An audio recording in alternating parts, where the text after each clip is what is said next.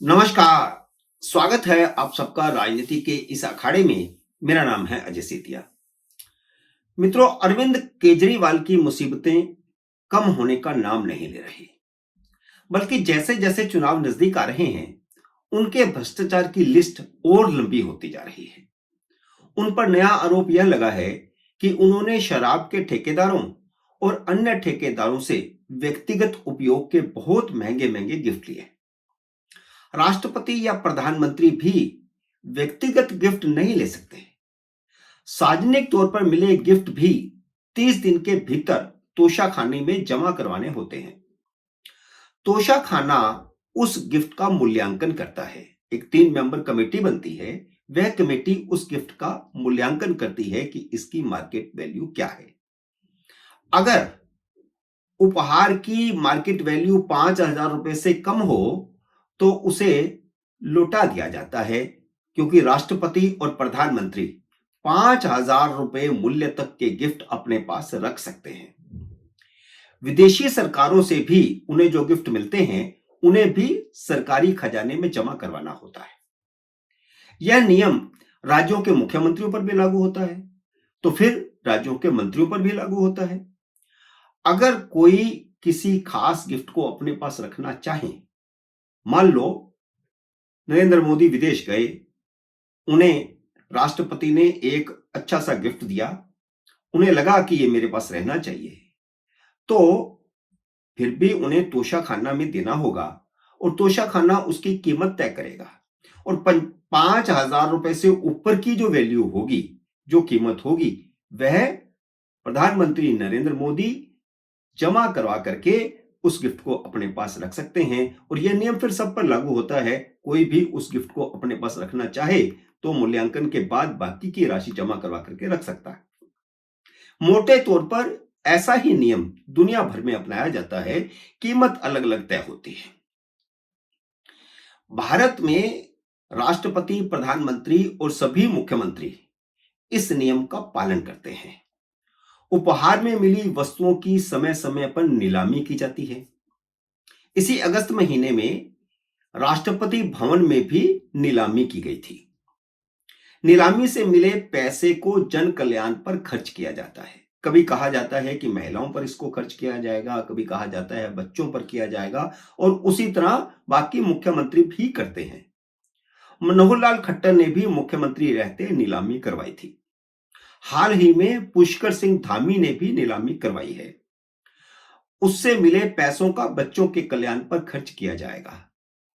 नरेंद्र मोदी जब मुख्यमंत्री थे तो वह 1 रुपए की मूल्य की वस्तु भी अपने पास नहीं रखते थे। वह हर साल नीलामी करवाते थे और फिर उस नीलामी के पैसे को कभी मुख्यमंत्री आवास के स्टाफ को, मुख्यमंत्री के स्टाफ को, कभी बच्चों के नाम पर ऐसे खर्च कर दिया जाता था। दूर क्यों जाते हो? पाकिस्तान के पूर्व प्रधानमंत्री इमरान खान किस आरोप में जेल में है? उन्होंने सरकारी उपहारों को बेचकर पैसा अपनी जेब में रख लिया था। अदालत ने उन्हें 3 साल की सजा सुनाई। लेकिन अरविंद केजरीवाल ने शराब के ठेकेदारों से व्यक्तिगत उपयोग के महंगे उपहार लिए। बल्कि ठेकेदारों को बताया गया कि मुख्यमंत्री को यह चीज चाहिए, यानी वे उपहार नहीं थे, रिश्वत थी जो काम के बदले मांगी गई थी। वे सभी उपहार अरविंद केजरीवाल के शीश महल में पाए गए हैं, बरामद कर लिए गए हैं, जिनका सरकार के पास कोई रिकॉर्ड नहीं है। केजरीवाल कहते थे कि उनके घर में छापे में, या सिसोदिया के घर में छापे में, या संजय सिंह के घरों में छापे में कहीं कोई एक धेला भी नहीं मिला। लेकिन अब खुद केजरीवाल के घर से करोड़ों रुपए का अवैध सामान मिल गया है, जो उनके भ्रष्टाचार का नया सबूत है।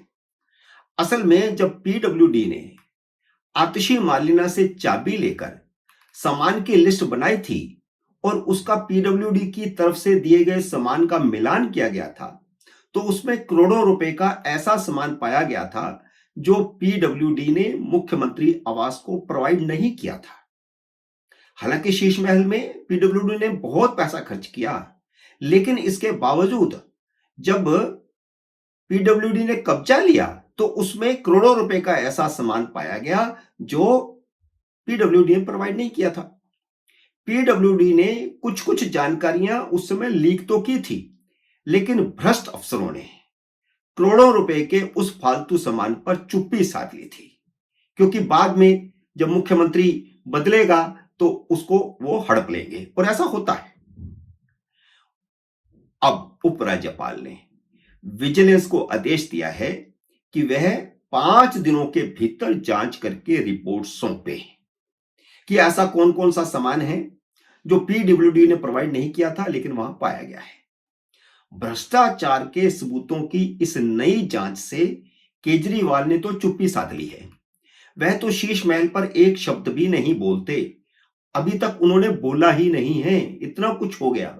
वह मुंह पर पट्टी बांधे हुए हैं, क्योंकि उनके पास कहने को कुछ है ही नहीं।